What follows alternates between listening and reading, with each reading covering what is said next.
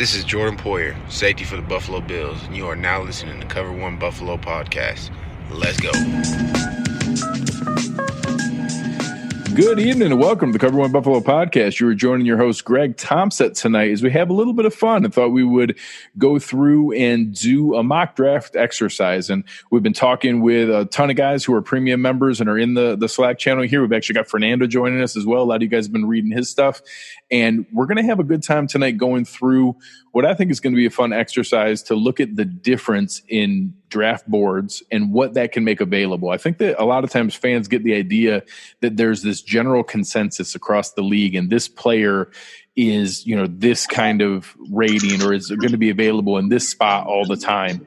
And I think what it's going to do is be able to give the idea that, yes, many people might have that player rated highly, but not every board is going to be that way. And when you talk about 32 different draft boards and the madness of now people basically doing fantasy football drafts, all the GMs are literally going to be in their own basements and in their own houses doing this.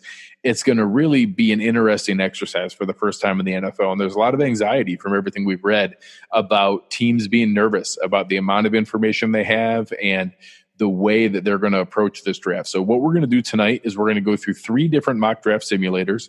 We're going to go through one on the Draft Network, on Pro Football Network, and on FanSpeak. We're going to use different draft boards, and I've got a group of really well-informed guys in here who pay a ton of attention to the draft, know what's going on here, and they're going to be my sounding board, and they're going to be my front office to be able to talk through who the players are. Hopefully, we're going to go different directions in each of the 3 simulations, and we're going to be able to take a look at how that can turn out, and if we go defensive end first, or cornerback first, or running back first, or whatever the value might be, what does that do when we see talented players at that same position fall later on, or when we go to look to pivot in other directions? Did a talent tier drop off? So we're not going to do trades tonight. We're going to stick with the picks that are there, but we'll go through that and have a little bit of fun here. So got a bunch of guys that are going to be able to join us and have some fun, and I'm going to dive right in, open up the mock draft simulator, and we will get started.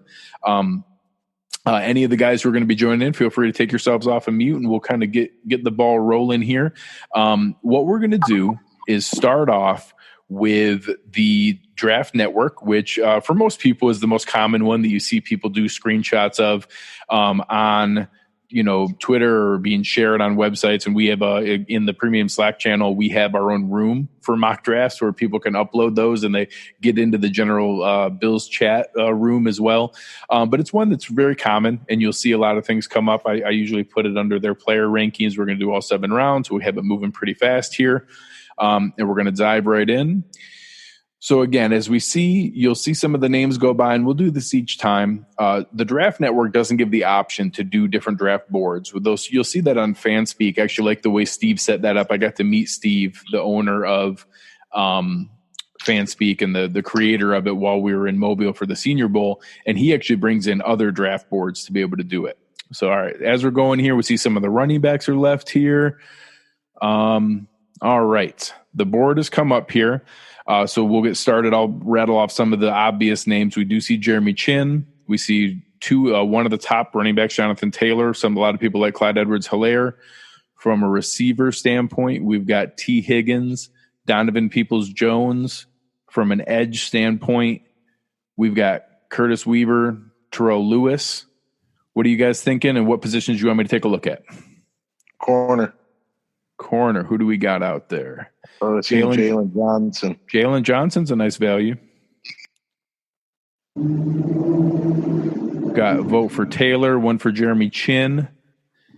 And that's I'll play devil's advocate and say, why not T. Higgins?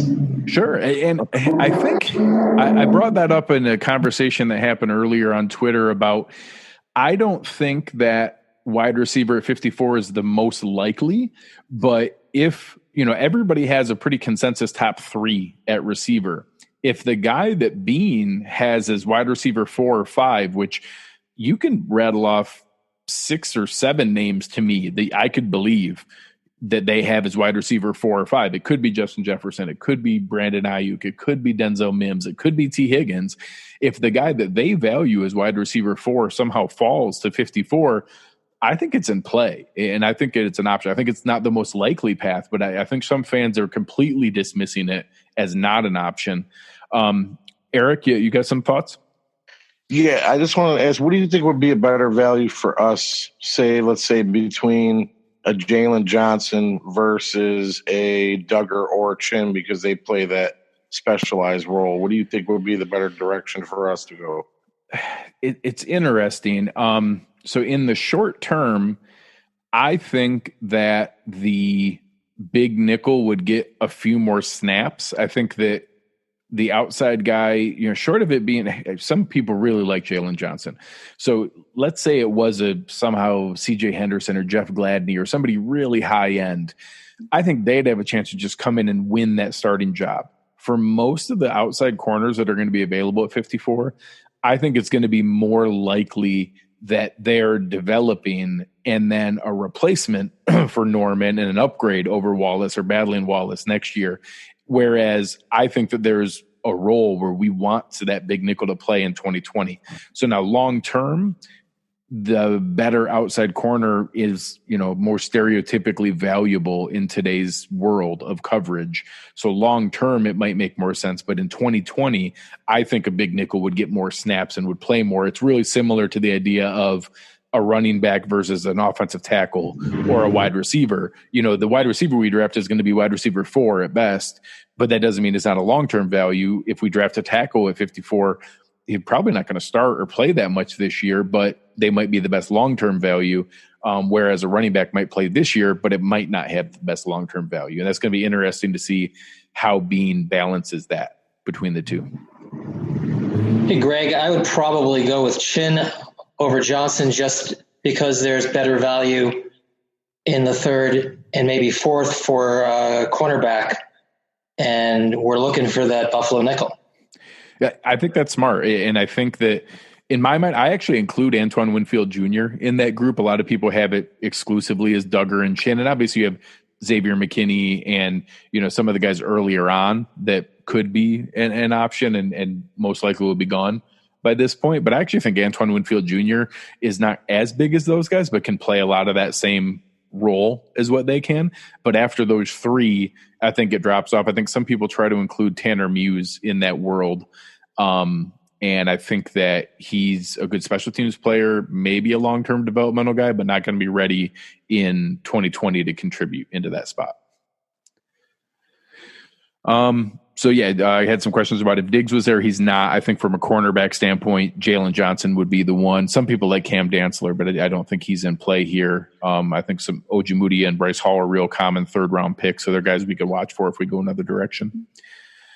So for this exercise, for the ones that are there, any vetoes of going Chin to give that exercise to go through that in this model? Well, just to see, are there any defensive ends available? I saw a couple of people mention Curtis Weaver, Terrell Lewis. Eric Turner is a huge fan of Jonathan Greenard. I think he'd be a later on player. Same thing for Darrell Taylor. Same thing for Bradley Anai. I like Jabari Zuniga. So I think there's a lot of guys. I'm not quite as high on Curtis Weaver. As an example, last year he had 13 and a half sacks. 9 of them came against 3 games against Portland State, UNLV, and Wyoming. So I think it looks a little better than what it really is against most of the Big Five schools. He didn't do a whole lot. So not that means he's bad. I think he's a good player, but some people throw out there that, Curtis Weaver had the number 2 pass rush win rate in college football. Well, yeah, because he whipped the crap out of some really poor talent, and then was okay against higher end talent. So I like Curtis Weaver, but I don't know that I'm big on him in the second round. Any other questions or votes before we make a pick here to take the next one? Right. Yeah. Is Duggar available or not? I think Duggar was taken. Oh, no, he is there. So both Chin and Duggar are there. They have him oddly lower. They have him 72. That's interesting. I really like Duggar because he can, in time, he can become even a linebacker for us, Yeah. He can play big nickel, but if you look at him, his size and weight and that's it. He can even play linebacker for us. He can be the big nickel short term. He can replace Kaiir or Hyde long term maybe, or even go as a linebacker, since he's a bit similar to Milano. Yeah, I think Eyes-wise. it's funny. I think people think of Milano as now, and they see the Instagram videos with his enormous arms. When he was coming out, he's 6 foot 223. I think that he was at the combine, and I mean, that's what these guys are. Right? Heck, Jeremy Chin's bigger than that. Jeremy Chin, I keep comparing to Cam Chancellor. He's a freaking jackhammer when he's out on the field. I do like Duggar, and I think that he's a little quicker and more versatile. I'm intrigued by the intimidating force that I think Chin could be at that big nickel. I think he could really lay the hammer on some guys, but I think Duggar checks a ton of boxes. In the show I did with Matt Fairburn, I think the Bills are going to like him a lot, and he checks a lot of their boxes. I don't know a ton about Chin off the field and what kind of option he'd have there, but yeah, I'm actually even show you my hand, because I have just my mock draft 3.0 almost ready, and Duggar is my pick at the second round, and I really see him as similar as Edmonds at linebacker, him at the defensive back position, because he's crazy athletic, and long. He has long arms. His combine was amazing, and I think he can have really a similar impact as Edmonds, but on the defensive back group, So he's really intriguing, in my opinion, because all the versatility and his athleticism. So I think this discussion is going to be really similar to what Bean is going to be managing in the draft room. And honestly, it's probably going to be pretty similar to our setup right now, where it's going to be on Zoom. It's going to be multiple people kind of chiming in like this. And at that second round pick, the 54th pick, there's going to be multiple people available, and there's going to be people that they're going to be juggling. Okay, so who's the likelihood? One position we haven't talked about here is Josh Jones, and on the overall draft board, there's actually a chance he's the highest rated player that's out there. Is many people have him as the 5th offensive tackle in the draft, and I'm not huge on him, but I don't see him available at this spot all that often. So they have him a little bit lower. I'm going to switch it to the predictive board. Isaiah Wilson, I've heard a lot of people compare with the Bills just because of the big mauling size and similarity to Ford. So I think there's a couple different spots that are interesting there. Let's make a pick here and then see who gets available. Let's go with the big nickel, and let's do Duggar. Yeah, Duggar or Chin. Any big thoughts there? We'll do the big nickel in this one. I say Duggar because of the versatility, and that's what they preach. That's what they, look for the most. I think that's honestly the best option to go at this point. Yeah, I'm happy with either. It really seems to be split. Everywhere I look, it's they kind of got both of them on the same level as each other. I mean, a little different skill sets they offer, but roughly the same value.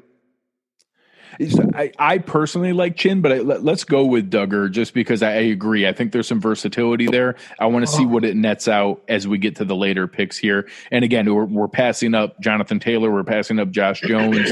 We're passing up T. Higgins, some really strong talent at some other positions. Let's take Duggar and then see what comes back at the next pick. And that's going to be the kind of discussion there. And as you look, the very next picks were T. Higgins, Jonathan Taylor, right up the bat, right afterwards. So it's going to be interesting how that kind of works out as they get there. So now we got, the pick right before us was the last couple of picks were the Prince Tega Wanago, Akeem Davis Gaither, and Michael Pittman Jr., Jonathan Greenard, 4 guys who I'm big fans of. So now we get in here. We've got the big nickel. I do think that they will look to balance things between offense and defense. We have another one of the offensive tackles there in Michael Pert. I think that he'd be an option. At wide receiver, we had a little bit of a drop-off. You go to Donovan Peoples-Jones, Brian Edwards, who I am a big fan of, but I'd prefer to try to snag him a little bit later. We do have one of the top 5 running backs left in Cam Akers.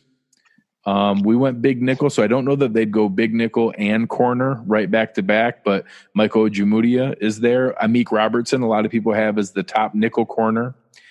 And then just overall talent, Antonio Gibson, kind of that, hybrid running back wide receiver guy. And then from an edge standpoint, it looks like Darrell Taylor, Khalid Kareem, Jabari Zuniga, Bradley and I. What names are jumping out at you guys here? Got a lot of votes for Akers in the chat. Yeah, Cam. All right. Cam, And any strong feelings against going here? I agree. I've said the whole time I like if we go in the second round, it would be Jonathan Taylor, J.K. Dobbins, DeAndre Swift. If we wait till the third round, if one of Clyde Edwards-Helaire or Cam Akers make it there, that's actually my sweet spot from a value standpoint. I'd love to see. So I certainly am on board with that pick. And any strong feelings against going Cam Akers? No, you guys will probably know a little more than me, but I would kind of think about one of those edge rushers. But if you think Cam Akers is a better value, then go for it. Yeah, you're not wrong. I think Darrell Taylor would absolutely be a name they would look at. I don't know that I think if it was me, I would take Akers and then hope that Zuniga, Anai, Willikes, Highsmith, one of those guys make it back to us. But I do think that Taylor would be an intriguing option for them. I think that the Cam Akers would be a strong enough value to take them. Yeah, I just wouldn't go running back that early, I think I'm a really big fan of Modern, and I think he needs to play a lot, and I think we can find value later in the draft with other running backs like Elam, for example. Okay, so that's my thing against going Akers in round 2, but he has some value. Obviously, he's a good fit. I just think we could go edge rusher there, or I really like Ane. Okay, I like him, but let's go for that top 10 offense.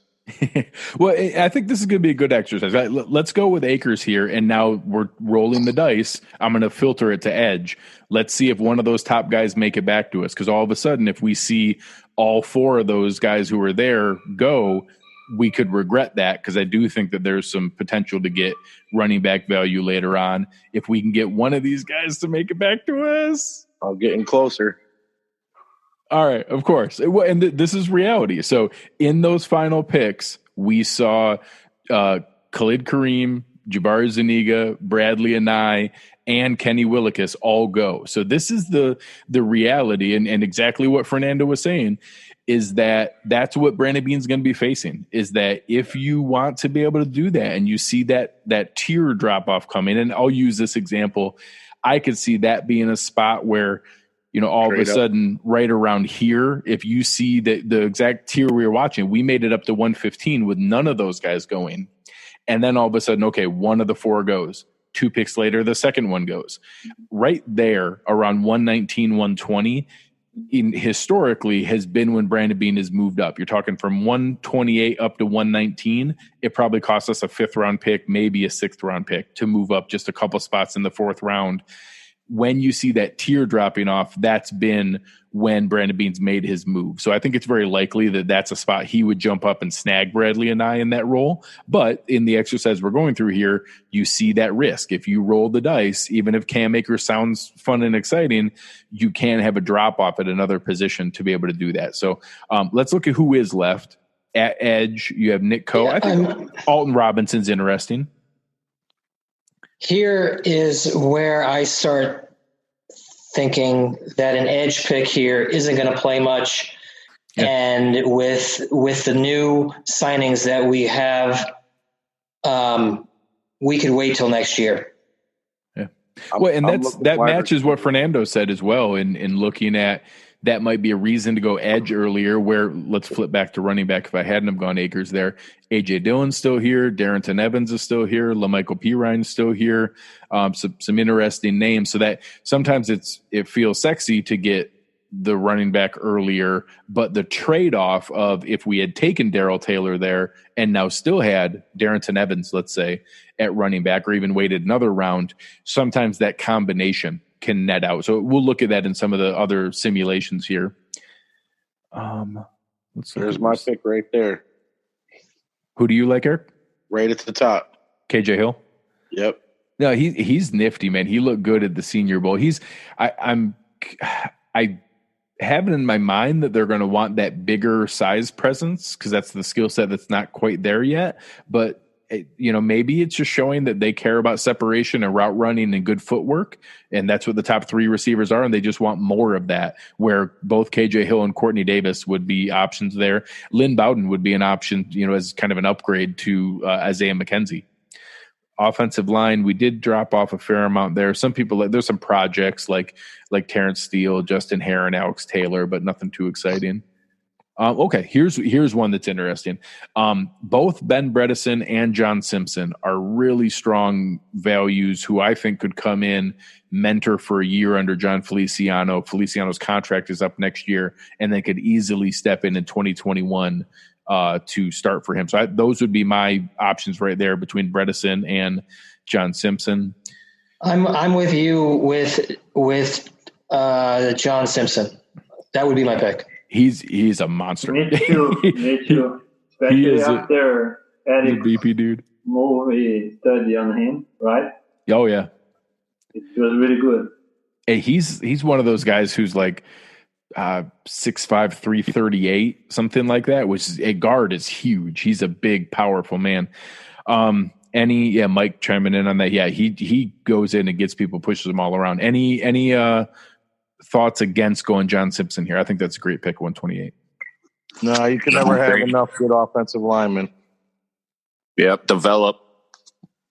Yeah, that develops a great term for it too. I think that it really sets them up well where we don't need him to play year one. You have Spencer Long already. You have, Feliciano, you have Quentin Spain.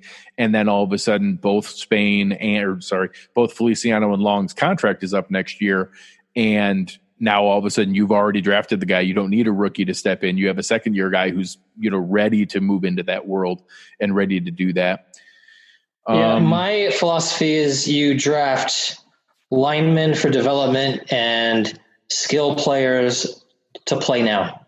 Yeah, it's not far off. I think that there's some nuance in some of the spots, but certainly a lot of those you can step in and play much earlier than both offensive and defensive line. I think that there's more nuance to that than people think. Especially thinking about our O-line, who are the long-term guys, right? Dawkins, maybe, but his contract is up in a year or so, right? And Ford obviously, you hope the Ford takes a step forward this next year. Yeah, but we aren't sure about him as a tackle or a guard, right? So offensive line is always interesting, especially thinking long term. We have a lot of veterans band-aids. Let's put it this way, right?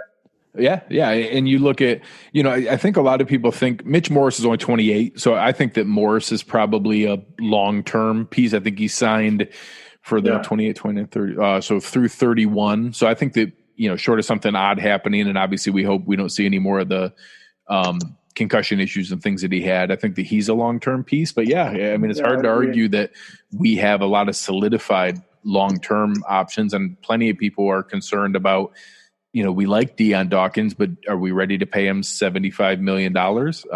So I've argued that it's just the necessary evil of doing business. But there's a lot of freaking money for a guy who's pretty good. He's not elite. He's pretty good. And that's just the challenge of what comes in there. So in the chat here, we've got some questions. We haven't taken a wide receiver yet, and there are some interesting talents here. I think that this is the end of that last tier of talent. Tyler Johnson, Devin Duvernay, Isaiah Hodgins, Quintez Cephas, and Antonio Gandy-Golden. I like all five of those guys. And I think getting to this point, that's a pretty nice value in the fifth round. So that's an intriguing one. On the cornerback side, I saw Lamar Jackson and Dane Jackson's names come up a lot, and they're not really good athletes. They're not. I think there's some possibility we could work with them, but the talent drops off pretty strongly at corner. I certainly would feel better about the wide receivers that are there. Clark would be the only one that I'd consider here. Sure. Yeah. Neville, there's a little possibility there. Jonathan Garvin's not bad. That's interesting. So I think that he'd be that's funny. So Derek Tuska was not in the Draft Network system yesterday. They added him today. So it's an interesting update. All right. I would be leaning pretty heavily towards receiver. And any thoughts on one of these guys and Antonio Gandy-Golden being the fifth? Any thoughts on those five? Tyler receivers? Johnson looks like a good value there. Yeah. Is this the Johnson that has off the field problems or not? Yeah. So let me talk about that for a second. It's come up a couple times. So I think from everything that I've read, there does seem like there's a maturity issue. So Tyler Johnson had some monster production at Minnesota. I don't know if they show a lot of the production here. He, the dominator rating and breakout age and some of the analytics crowd really likes him. He had some weird decision making after the year. He signed up for the Shrine game and then he backed out with no injury, just made himself unavailable. He signed up for the Senior Bowl and then he backed out. No injury, nothing there. He showed up ready to run and do all drills at the combine and then said he would not be participating. He had interviews with some teams and then backed out and didn't do interviews with some teams. So either he has the worst agent in football history, or that agent has literally like an old school NBA promise that someone has committed we're going to draft him in X round, which I don't think happens in the NFL. Or he's just getting some bad advice from, an uncle or whatever happens in some of these guys' lives that they're telling him what he should or shouldn't do. And he's made some weird impressions on people. I don't think so it's not like he's got domestic violence issues or drug issues or something really serious, but it seems like there's a weird maturity issue and some weird decision making. So that's come up a lot about the cloud around Tyler Johnson and whether there's off-field issues. So when people talk about some questions, there are some questions about maturity. And, I think there's some questions about, is that fair to look into? Does he love football? Does he want to do this as a profession? Or is he more concerned about the money side of it? Is he more concerned about, appearances and things like that? And I don't know. I don't know enough about it. I do know that it's weird that he signed up for and backed out of 3 different things with no injury and no other news coming out. And it looked weird. So that's come up from a lot of people, Dom. And I don't know. If you just look on paper, you're talking about a 6'2", 205-pound guy with awesome production, and in most years would be like a second-round pick. He would look like if he checked all the boxes off the field. Looks athletic and a stud on the field. So if he's one of those guys that if they feel like they can harness that and bring him in and get the right things going, that would make a lot more sense. But it's interesting where not that big of a risk for the 5th round, though. Yeah, correct. Anything here, these are flyers. These are guys that, if they don't pan out, it was a 5th round pick. There's no skin off our back. Yeah, I mean, I'm a fan of Isaiah Hodgins. Hodgins is a little more of the jump ball, bigger guy. Yeah. He's 2 inches taller and definitely a good jump ball guy. I like him late. What were you saying, Fernando? Oh, I was just saying that we need to think about the information that are available for us and the information that the Bills brass can get from him, right? Oh, so 100%. maybe in an interview, they can feel all right about Tyler Johnson. And from the production standpoint, he's a great guy. There are enough. Right? Adam? I think the only problem with that might be that, they wouldn't get that face-to-face with Johnson. That's a great point, Eric. And this year's going to be a good test. Yeah, that's a good. So let's say if he was the last guy in that tier, if those other few guys weren't there, and they're saying, all right, he's got a good talent, but, we haven't been able to see him face-to-face, we'll go ahead and take that risk that our locker room is going to handle that. But seeing as that there's some other guys there with, roughly in the same tier, they'll say maybe go with the safer pick in that area.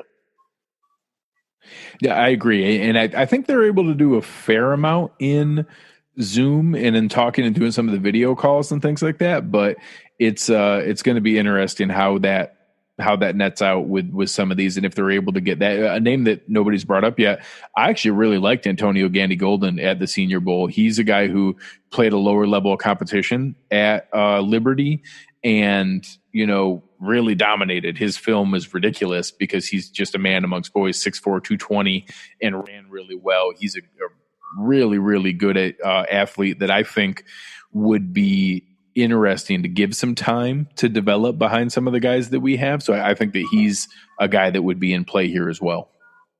You know what, Greg? He reminds me of the undrafted white guy we grabbed last year. Riley? No, last year, not. What's his name? The one that. Sills?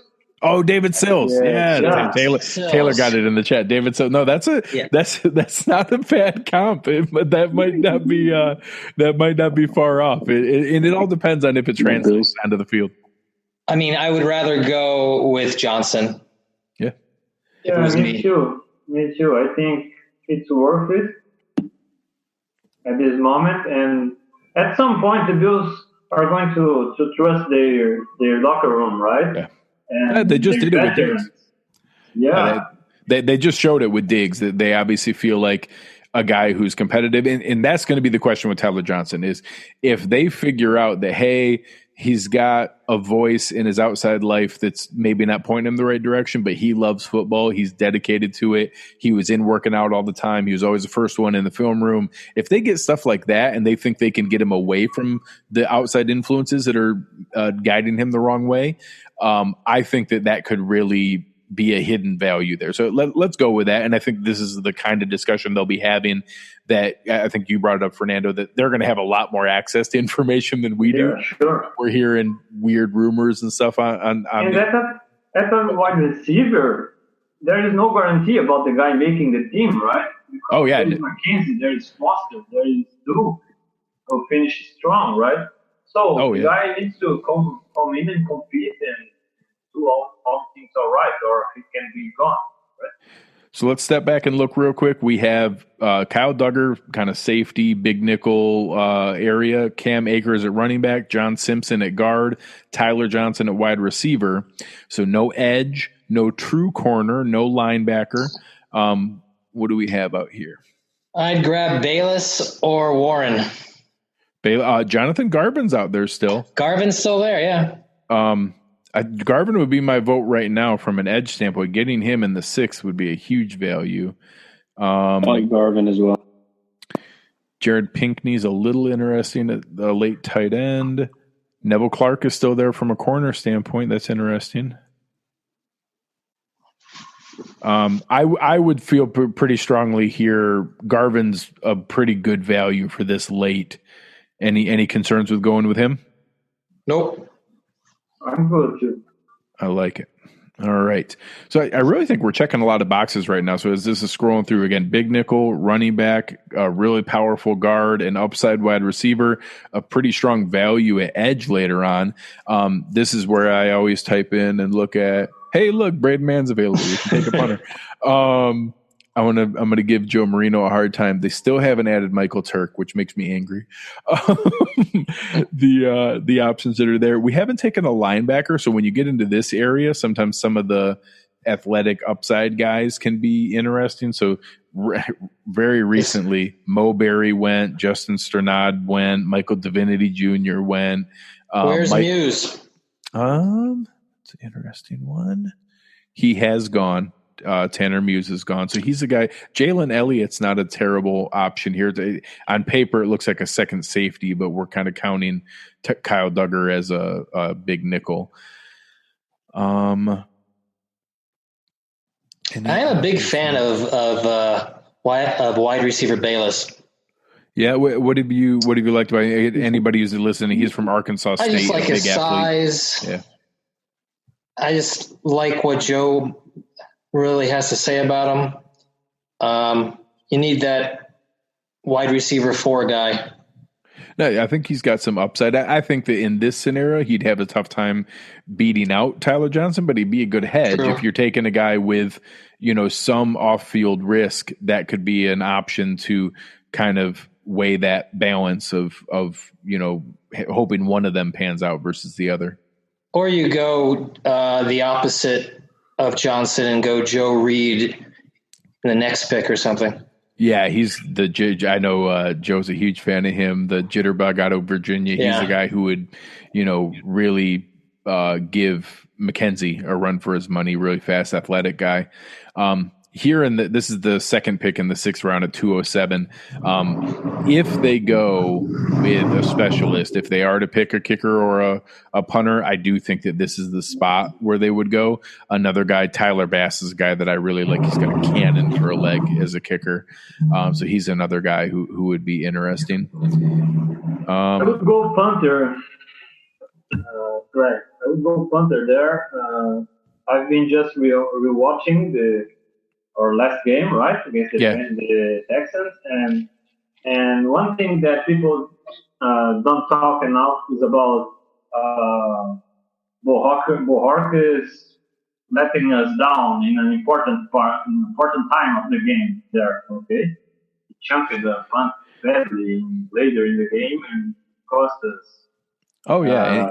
And it's so inconsistent, right? Yes, that's the key word is that. And Kari Vedvik that they brought in is the same thing. They both have ridiculous legs and can uncork a 70-yard punt, but the next one might be 26 yards off the side of their foot. And if that happens at the wrong time, it just crushes you. And I actually am a huge fan. I like Michael Turk again out of Arizona State, but most people pretty universally have Braden Mann as the best punter in the draft. And whoever they think, if they think there's a guy you can pick, and now with the rookie contract, we have him for 4 years, it puts us in a really good spot to be able to do that. So I actually think it's worthwhile to go that route. I do it in a lot of the mocks just for fun, but I actually think that it's more in play than what people think. And I think that a lot of people have this idea that you would always get your punter as an undrafted free agent or a street free agent. But the best punters in the league last year, Michael Dixon out in Seattle and, Mitch Wisnowski and a lot of the best kickers were drafted. You're starting to see more and more of those guys be valued. And you want it as a day 3 pick. You're not going to go Shane Lechler and pick him, like the Raiders did years ago. But, if you can get a guy that is going to be a consistent contributor, I think it has a little more value than what some people assume. Any issues with going Braden Mann here? Nope. All right. And now we got one more pick on the board, and we took a little bit longer here, so we'll do one more sim tonight. Instead of doing 3, we'll do one more here, but we'll go into this pick, and then we'll pivot over to another one and then take a look at their draft board. So again, we've gone with a big nickel, safety, a running back, a guard, a wide receiver, an edge, and a punter. So almost everything's on the board. I would say we didn't get a strong kind of special teams kind of guy. So Joe Reed, the guy there is he on the board? Yep. He is. Joe Reed is there, and he would be a guy that actually could give Andre Roberts a run for his money. He's a strong returner. From a coverage standpoint, a lot of the guys that I look at are now gone.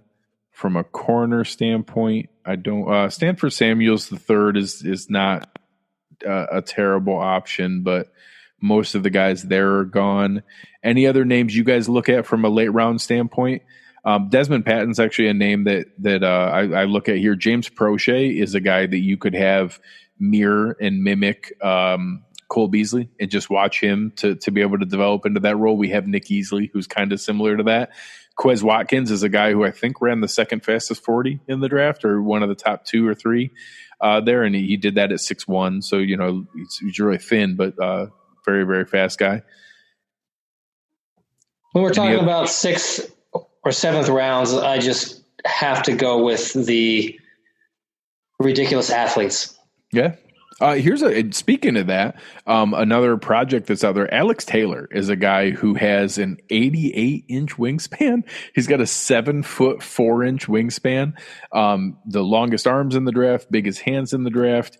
He is just a physical marvel at 6'9", 308. I got to meet him at the Senior Bowl. He is just, it's like meeting Shaq or something like that. When you see, he just stands out amongst other professional athletes. And he's the kind of guy that needs time to develop, but would be very interesting to go with here. So he'd be another option from a developmental standpoint as a guy that I think is worth taking a stab at to be able to put together that kind of upside or value as well. Yeah, I really like Taylor there, especially at this position, right? Like just we talked about Dawkins, about Ford. maybe he can develop into a good option down the stretch, right? Yeah, and again, at this late, there's no downside. So it's right? Yeah, it's and this is a good spot to be able to question what would have the higher likelihood of making the team. Would it be someone like Joe Reed beating out that last spot with Andre Roberts, Isaiah McKenzie, Duke Williams, Robert Foster probably fighting for one spot, assuming that Tyler Johnson makes it is the earlier pick. Or is it, Alex Taylor when you already picked John Simpson and we already have 8 under contract? This is the kind of spot that Bean's going to be in. And honestly, it's probably why we're not going to make all 7 picks that are there. Yeah, probably. I think it's going to be tough for all of them to make a roster. We'll go with Taylor in this one and see who's there in the next one. So again, we'll kind of wrap up this one and see what the final one is. I'll take a picture of it here to have in the final picks afterwards to show our recap.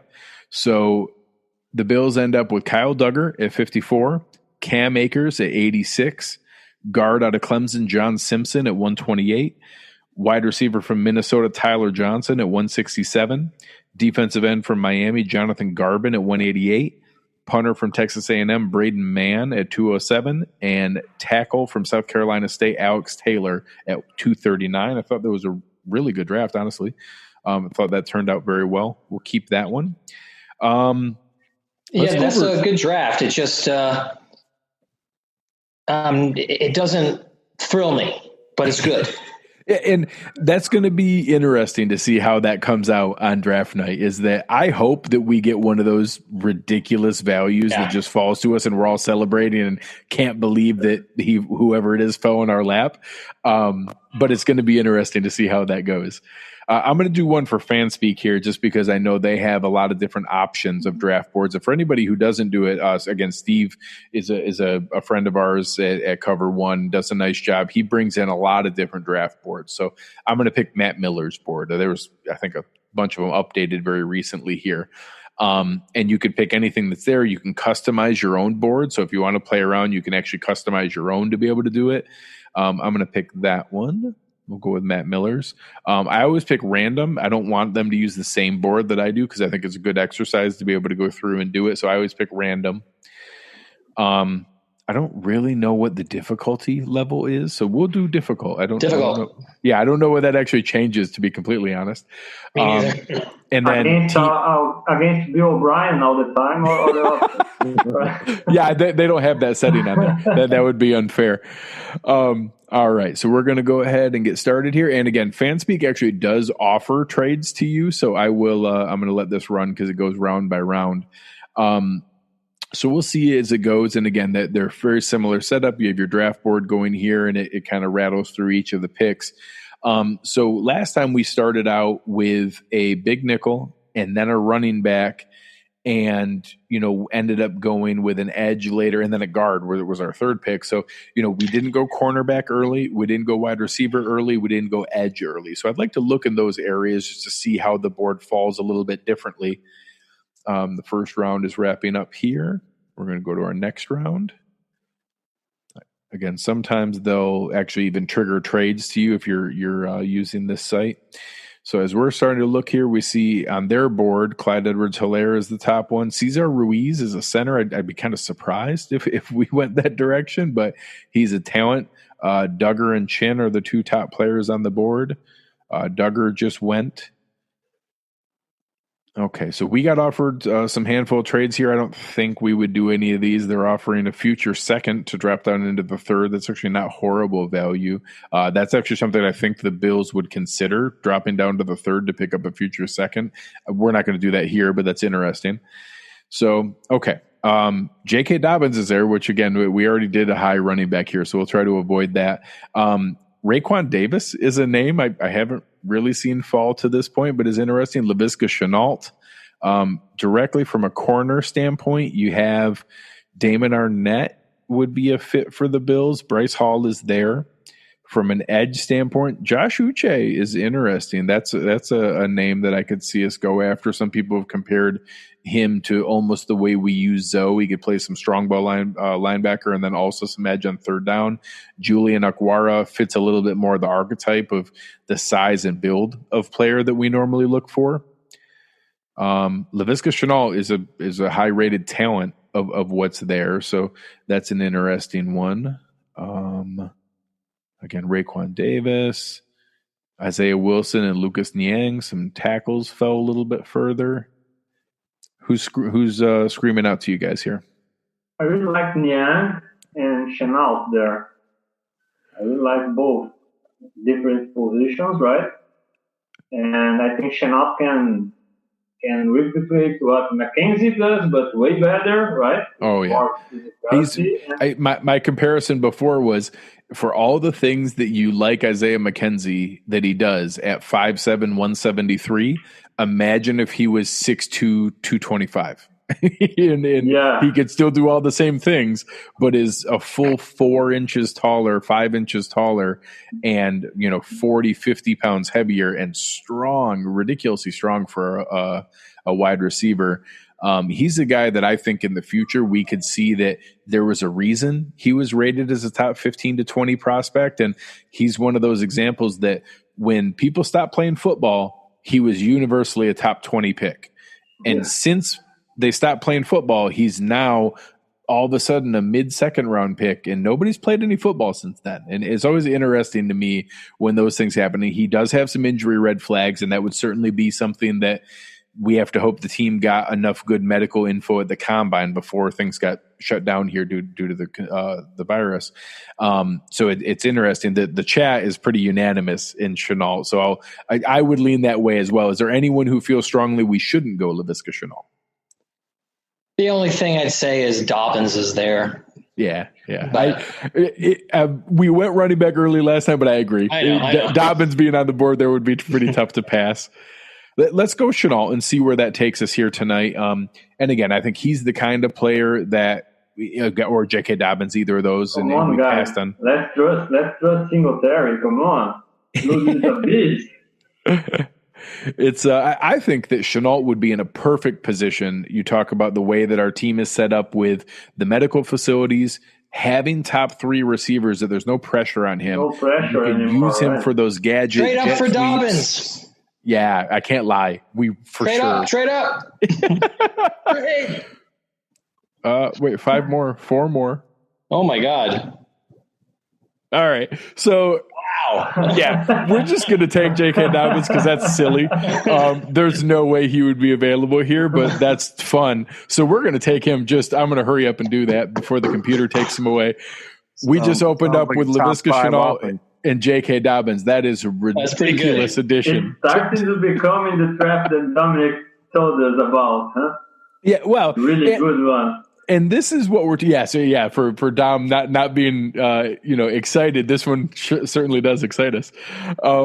This is also the difference when you look at different draft boards and different things that are there. And I don't know that it's likely that Shenault falls to 54, and I think it's unlikely Dobbins falls to 86. But I think some people treat it as though that's not possible. No, that's not going to happen. It's just not an option for it. There's certainly. I'd love if Darrell Taylor somehow made it to us here. I mean, Shenault was being mocked to us at 22, so if you can get him at 54, I would take the chance. Oh yeah. That's an easy one. So, okay, we've now gone through. We got 2 offensive players. So I feel pretty confident we lean defense here. At edge, we do have Kenny Willekes. That's an interesting one, and Jonathan Garvin's there. And Akeem Davis-Gaither would be a fantastic value. I'm a big fan of that one. Troy Pride Jr. is nice this late. He's a solid corner. Michael Ojemudia is there. They have him way too low, in my opinion. At safety, what kind of linebacker is Gaither? So Gaither's basically the same as Chin and Duggar. He went to Appalachian State. He's a guy that is, 6'2", 220 and runs sideline to sideline. He, I think, is almost more big nickel than linebacker, but could be the long term. If for some reason contract things don't work out with Matt Milano, he's more in that mold than a strong say. He's not an AJ Klein. He's not a stacked, guy who's going to be a run stuffer. He's more sideline to sideline speed, but he's a heck of an athlete and was certainly checks a lot of the process boxes from that standpoint in the interviews. I'm sold. Is there any good guard or tackles there? So Ben Bredesen is he's a really good value this late as well. He was a guy who was on the board when we were talking about John Simpson. Pert's still there? Yeah, Pert. That would be my two choices. I'd be between Pert and Akeem Davis-Gaither. Those would be my two top ones. Eric, how about Djimouti? I really like him as a zone corner prospect, right? He really fits the schemes, right? Oh yeah.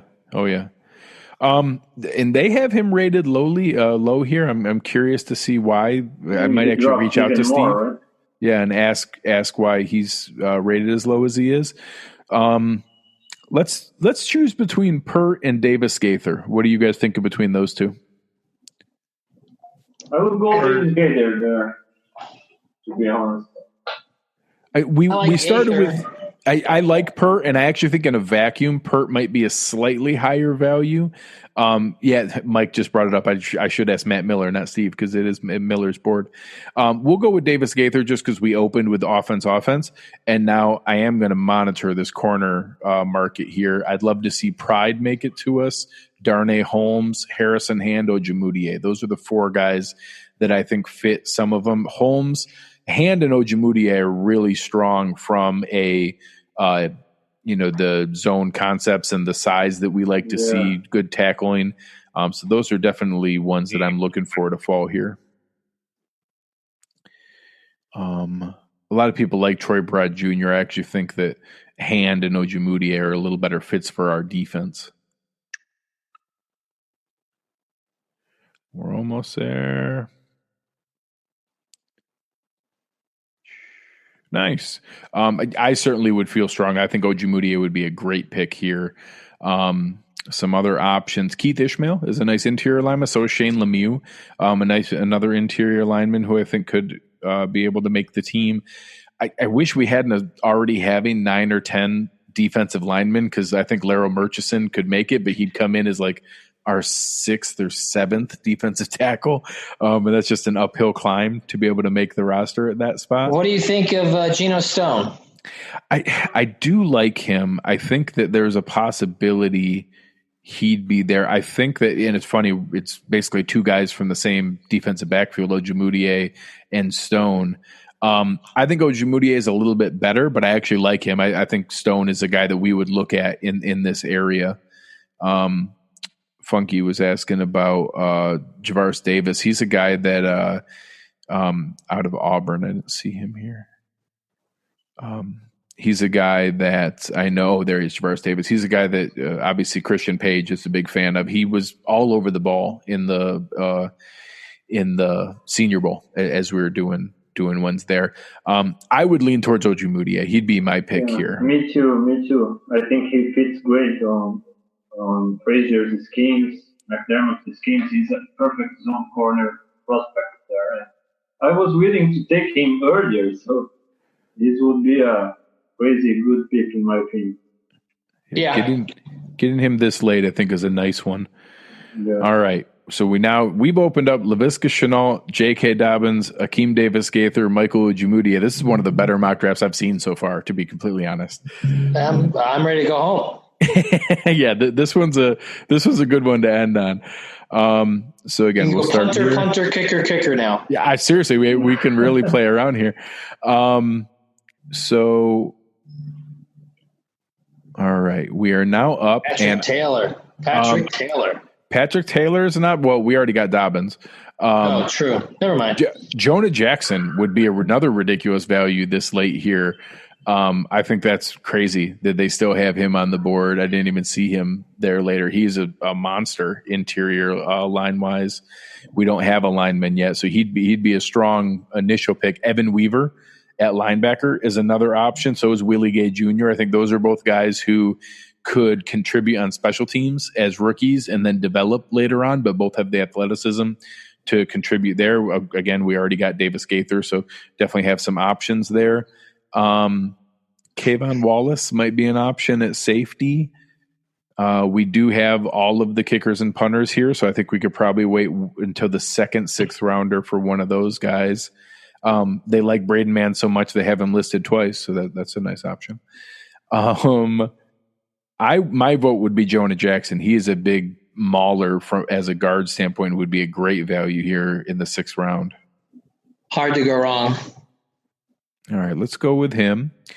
And then I would look at make sure one of our punters make it to us here, that we're able to get one of those top guys. And again, I like Michael Turk. He's got a pedigree from a family standpoint. Both his dad and his uncle were in the NFL. Matt Turk was a longtime punter for like 20 years in the NFL, was his uncle. So he has a lot of pedigree from that standpoint. And is there, most people have Braden Mann rated a little bit higher than him, but I think that he's another nice option. But sometimes I pick Turk just because they have him in the database here and they don't have him on the other site. Any other spots you guys want to look at? Again, Harrison Hand still being there is pretty interesting. Yeah, he's another good zone. I don't almost want to double dip. Yeah, it'd be tough for them to make the roster, but he's certainly an awesome value this late. So that's hard to turn down. Carter Coughlin is a guy that I like as a late pick from just an athletic standpoint. They kind of played him as a rush linebacker. He'd be a tweener a little bit for us. He's not your stereotypical option there. Trevon Hill is a smaller guy, but he's a really solid pass rusher, right? Oh, yeah. No, this late in the 6th round, he would certainly be worthwhile. Let's see, Nick Coe. Let's go with the punter here just to lock it in, and then see who's available here for those next spots, and we'll take the best value that's available, even if we double up on somebody. But yeah, this one's turning out really nice. So the final couple choices. If Raquan Williams is there, but I'm not sure how he makes the team. Same thing. I like, he's a great value. I'd have a hard time not picking him, but it's going to be tough to make this roster from a defensive tackle standpoint. I think defensive tackle is the leading option to be the Wyatt Teller, Russell Bodine trade of this year. Is that somebody's, we're going to end up trading one of those guys just because we have so many options available. So both Tuska and Coughlin are there. I think those are both guys who could contribute from a special team standpoint. Javelin Guidry, I think, was one of the top 2 or 3 40 times in the combine. Alohi Gilman is a interesting player. So we have so far Laviska Shenault, J.K. Dobbins, Akeem Davis Gaither, Michael Ojumudie, Jonah Jackson, Michael Turk. So we have wide receiver, running back, guard, linebacker, cornerback. Let's go with an edge. So let's pick between Tuska and Coughlin. James Smith-Williams isn't a crazy choice there. Anybody reach out to you guys from an edge standpoint? I wouldn't know the difference with these guys. No. Carter Coughlin is a guy who is a really high-end athlete, has did really well at the combine, has some production from Minnesota. He's not big enough, I think, to play every down defensive end, but I think that he can have a role on this team, and I think would have a chance to make it, to be able to make special teams and contribute in a situational pass rush standpoint, and could develop, and build up a little bit of a bigger frame as he goes forward. But man, I think we hit this one out of the park. This one really, really went well.